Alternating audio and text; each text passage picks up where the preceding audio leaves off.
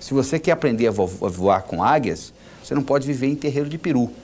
Já é difícil nadar contra a correnteza, principalmente com peso no pescoço. Eu gostaria de apresentar para você agora um modelo psicológico que vai lhe ajudar muito. O modelo é o seguinte: pensamento gera sentimento, que gera comportamento. Se eu lhe perguntar qual foi o pior dia da sua vida, você vai começar a pensar em coisa triste, você vai começar a se sentir triste, daqui um pouquinho você está chorando, não é verdade? Se eu perguntar para você qual foi o melhor momento que você já viveu até hoje, você vai começar a pensar em coisa alegre, você vai começar a se sentir alegre, daqui um pouquinho você está sorrindo, não é verdade? Então, ó, pensamento gera sentimento, que gera comportamento. Você vai dizer, não é o meu caso. Eu, quando me dou conta, já estou gritando com a minha mulher. Bom, sabe por que você está gritando? Porque o pensamento, o sentimento aconteceu tantas vezes que isso ficou no automático. Então, você trabalhando com esse processo, pensamento, sentimento, comportamento, você vai ver que você tem controle da sua vida. Porque a única coisa que você tem que controlar realmente hoje são os seus pensamentos. Só que você tem 50 mil pensamentos por dia. E os estudos mostram que a maioria, 95% dos pensamentos, são negativos. Ou seja, e além disso, sabia mais? 85% dos pensamentos que você tem hoje, você já pensou neles ontem. Ou seja, viram uma constante. Por exemplo, tem gente que carrega sentimento de culpa a vida inteira, de uma coisa que fez quando tinha 5 anos de idade. Eu me lembro de um caso de uma moça com 35, que ela carregava um sentimento de culpa quando ela tinha 6 anos. A mãe dela pôs ela tomando conta da irmã que tinha 3 e saiu. E a irmã teve um acidente e ela se sentia culpada. Com 35 anos de idade, ela carregava essa culpa, esse sentimento de culpa. Eu quero que você avalie o seguinte: quais são os sentimentos de culpa que você está carregando? Aquelas balinhas amarelinhas que tem lá. Ou você pode até carregar ansiedade. Só que culpa é um sentimento do passado, a ansiedade é um sentimento do futuro. Você não se sente culpado por uma coisa que ainda não aconteceu. E você não se sente ansioso por uma coisa que já aconteceu. Então, se você aprende a viajar no tempo, como nós falamos no vídeo passado, se você aprende a viajar no tempo, você pode fazer o futuro virar passado e o passado virar futuro. E com isso, alterar essa dinâmica. A outra coisa importante para você diminuir essas amarelinhas é você perdoar. O perdão, antes de ser um sentimento de amor, é um ato de inteligência. Antes de ser um ato de amor, é um ato de inteligência. Porque só não perdoa quem é burro. Ele diz assim: eu não vou perdoar o meu pai pelo que ele me fez. Aí eu pergunto: onde é que está seu pai? Aí ele já morreu. Ele vai ficar muito sem dormir mesmo essa noite por causa disso. Não vai fazer diferença nenhuma para ele. Então essa falta de perdão é burrice. Porque quando você tem falta de perdão, você carrega no seu coração 24 horas por dia esse sentimento que vai prejudicar o seu pensamento, que vai prejudicar o seu sentimento, que consequentemente vai prejudicar o seu comportamento. Então eu tenho uma técnica que eu ensino, que é para você fazer como se você estivesse esculpindo você de novo, como se você fosse o arquiteto que estivesse recriando você. Nós já trabalhamos com isso em vídeos passados, mas uma coisa que você pode fazer é você escrever uma carta de amor para você. Então você pode começar uma carta dizendo assim: querido, querida, e é você mesmo. E você começa a descrever como se você estivesse apaixonado por essa pessoa. E nessa paixão você vai descrever as qualidades, os momentos difíceis, as culpas que essa pessoa tem, e etc. E nesse processo de você escrever essa carta, é você estar recriando você linguisticamente. Não adianta só você escutar o vídeo, não adianta só você achar interessante o que eu estou discutindo. Para isso realmente ter um impacto no seu dia a dia, para isso realmente mudar essa dinâmica de pensamento, sentimento e comportamento, faz necessário que você escreva essa carta. E uma vez escrita essa carta, você pode passá-la limpo, você pode colocá-la num lugar onde você tem acesso a ela diariamente. Quando você estiver deprimido, quando você estiver triste, o melhor antidepressivo que eu conheço é ler essa carta. Não te dá dependência, não tem efeito colateral, não dá sonolência, nada disso. E ao mesmo tempo você está reforçando essas qualidades, e reforçando as suas qualidades, você está preenchendo com bolinhas, com balas de outras cores, e com isso você está destruindo os seus fantasmas. O que conta não é o que acontece com você, mas como você responde ao que acontece com você. Posso ter dois indivíduos que vieram da mesma família. Um acha que a infância foi uma maravilha, o outro acha que foi um inferno. Não é verdade? Então o que conta não é a sua experiência, é como você reage à experiência que você tem. E essa percepção é a sua atitude. A sua atitude determina isso. Então nós temos uma atitude do indivíduo que é otimista e uma atitude do indivíduo que é pessimista. Eu sempre digo o seguinte: otimismo sozinho não resolve. Pessimismo atrapalha. E o modo de você mudar essa atitude, que vai determinar a sua altitude na vida, depende muito do modo como você percebe o mundo. Depende muito do que nós chamamos de paradigmas. Ou seja, a percepção que você tem do mundo. Vou dar um exemplo. Se um indivíduo do sexo masculino veste uma saia ou um vestido de mulher, é um absurdo. Se um indivíduo do sexo feminino veste uma calça jeans de homem, não tem problema nenhum. Por quê? É o paradigma vigente na nossa sociedade que mulher pode usar roupa de homem, mas homem não pode usar roupa de mulher.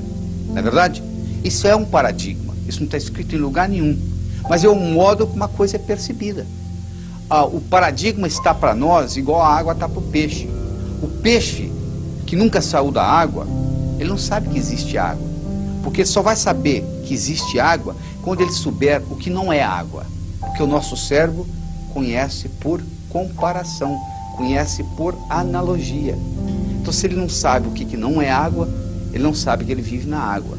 Se você não está vivendo num paradigma diferente, você não sabe que você vive num paradigma. E aquele paradigma determina o que é possível e o que é impossível na sua vida. E o paradigma, de um modo geral, está ligado com o paradoxo. Quando você depara com um paradoxo, é hora de mudar o paradigma. Niels Bohr, que é um físico dinamarquês que ganhou o prêmio Nobel por causa da estrutura do átomo, ele tem uma frase que ele diz o seguinte: que bom que nós encontramos um paradoxo. É sinal que nós estamos prestes a descobrir um novo paradigma.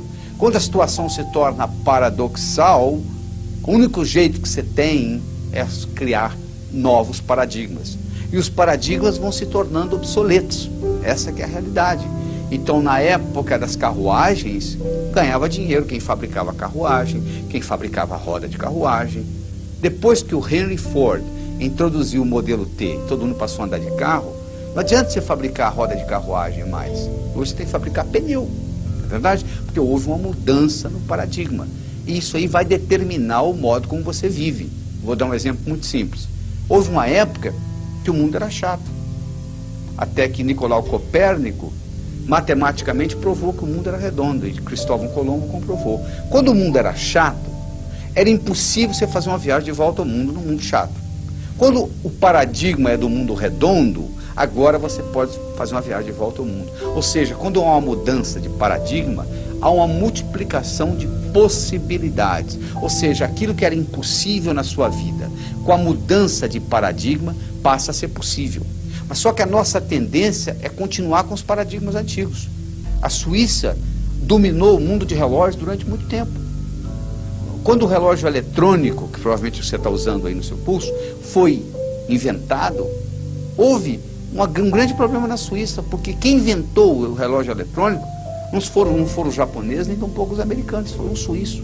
Mas quando o suíço apresentou aquele relógio, que não tinha corda, que não tinha mola mestre, que não tinha rubi, eles disseram: isso não é relógio, guarde isso. E os japoneses, a Seiko, e os americanos, a Texas Instruments, lançaram e tomaram conta do mercado. Os suíços, que dominavam o mundo de relógios, tinham 90% do lucro de relógios no mundo, chegaram a 15%. Eles tinham 65 mil funcionários, chegaram a 15 mil, tiveram que mandar 50 mil relojoeiros embora. Ficaram desempregados, porque houve uma mudança de paradigma. Na sua vida, se você examinar, você vai ver que muitos paradigmas estão mudando.